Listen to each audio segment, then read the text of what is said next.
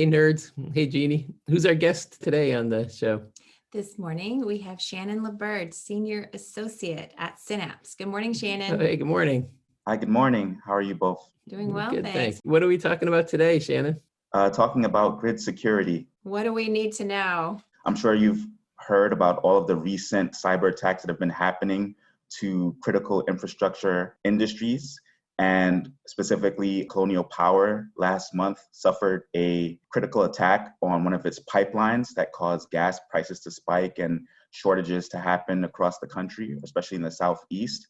And recently, actually a couple of weeks ago, there was a cyber ransomware attack on JBS, which is one of the world's largest meat suppliers. And both of these have made news, and they've paid millions of dollars to get access to their systems. And back in 2020, in December, there was actually another attack, a cyber attack on a company called SolarWinds.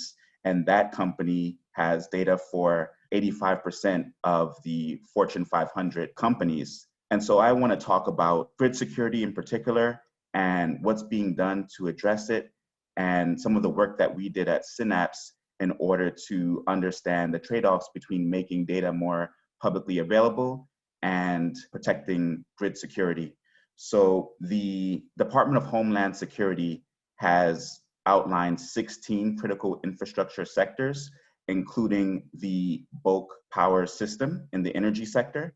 And under this framework, they've created the critical infrastructure protection standards that will protect physical security and cybersecurity. And this was largely in response to a 2013 attack, physical rifle assault on a high voltage substation in Metcalfe, California, that resulted in significant financial damage to PG&E. And as a result, they made these regulations at the bulk power system level. There are also standards that are for cybersecurity, and there are 11 of those cybersecurity standards. And specifically, this is only applied to the transmission system and not to the distribution system. And so in Minnesota, Xcel Energy, one of the largest utility companies, was looking at trying to publish information on its hosting capacity maps and make it available to developers and customers that are looking to deploy distributed energy resources on the grid. But they're trying to balance that with the real grid security threats that have been happening. And the Department of Commerce asked for Synapse to investigate some of these customer privacy and grid security concerns with publishing sensitive grid data on these hosting capacity maps. And to give you a little bit of background about hosting capacity maps, these are basically GIS maps that allow customers to see prime locations for installing DERs based on technical suitability and potentially lower interconnection costs, meaning that there wouldn't have to be any system upgrades to connect any solar systems to that circuit. And Synapse was looking at how Xcel is portraying this information, which is currently a blurred hosting capacity map.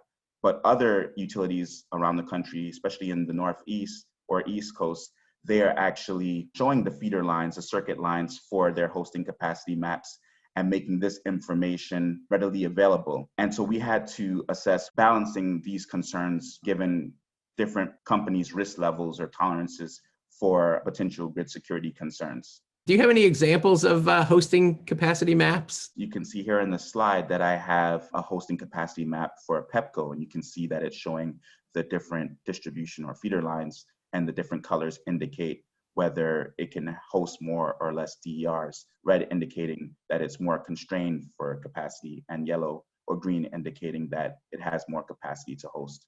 And actually, in determining what information should be included in hosting capacity maps, the utilities can use a risk-benefit framework, which I also have on this slide. And in this framework, you're able to weigh the public benefits of accessing this grid data against the risks associated with providing or publishing this data. And through stakeholder workshops and engagement with security experts, we can determine which pieces of information on the grid should be revealed, such as peak feeder load, for example. You can also use a cost-benefit framework and look at the potential costs of revealing this information. So you can look at it from a risk lens or a cost lens. So Shannon, on the one hand, there's a need for data transparency and information at a detailed level so that the people developing distributed projects on the grid can know where to put them and how they're going to operate and have things work well in terms of transparency and good communication. On the other hand, there are privacy and cybersecurity concerns, and someone has to strike a balance between those considerations. Is that it? That's right, exactly. And so what we were doing was trying to see whether Xcel Energy should reveal its feeder lines, its circuits on its hosting capacity map. And some of the points that we made were that a lot of this information is already in the public domain. And there are different tools that people can use like Google Maps or Google Earth in order to map out the distribution facilities and the distribution lines. We also noted that developers, which we conducted a survey of in Minnesota, noted that having information about peak load on the feeders and on the substations would be useful. And then also revealing the locations of these distribution lines and unblurring the map would be particularly helpful for them to identify prime or ideal circuits for interconnecting. We also noted that the company should focus more on its grid security and on resilience and cybersecurity measures to prevent attacks versus concealing information, since that's not the best way to protect against these types of ransomware attacks, which tend to keep happening. But they do have some legitimate concerns because, for example, as the grid is modernized and we are more in an Internet of Things type of world, we have more vulnerabilities because, for example, for distribution systems, they have supervisory control and data acquisition systems called SCADA systems. And these systems allow for operators to control their equipment and also to monitor the data. And that provides a pathway potentially for a cyber attack. And so while it's making things more convenient for modernizing the grid and controlling everything remotely, it's also opening up a potential attack pathway. And then on the other hand, on the customer side, behind the meter, as we have higher penetrations of distributed energy resources like solar and batteries, these have control interfaces that allow them to interconnect and communicate with the grid. And that could also provide a pathway for a cyber attack.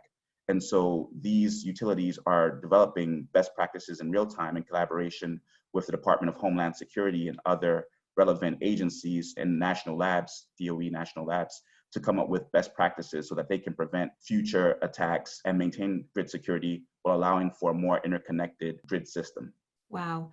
Everything is changing so fast. There's been cybersecurity concerns for a while, but again, with more and more distributed generation, it seems so important to share that information. And I'm curious, do you know how regulators are responding to this tension? In California, for example, they had this discussion several years ago, a grid security docket, and the regulator decided that the main investor-owned utilities, 3 of them actually, PGE, SCE, and SDG&E, that they had to release their hosting capacity map circuits and sensitive data such as feeder peak load, because it's in the benefit or in the interest of developers. And they were really pushing for developers to have access to the information that they needed to ramp up dramatically the interconnection of DERs. Along the same lines, in New York City, they have hosting capacity maps which are more open. And it seems like the general consensus was to improve the granularity of these maps over time, and they didn't face that regulatory push. Neither in the DC area with PEPCO, they just went ahead and provided transparent hosting capacity maps. So there are different stages of development, and some utilities are just willingly providing this information, while others, in the case of California, were forced to provide this information and now are one of the leaders in terms of their hosting capacity map information that they're providing to customers and developers and the general public. I'm so glad that you're working on this. I feel like there's so much that we all need to learn, and it's great to hear that you're diving into it. Yeah, thanks for talking with us today, Shannon. Oh, you're welcome. Thank you. Take care. Bye. Bye.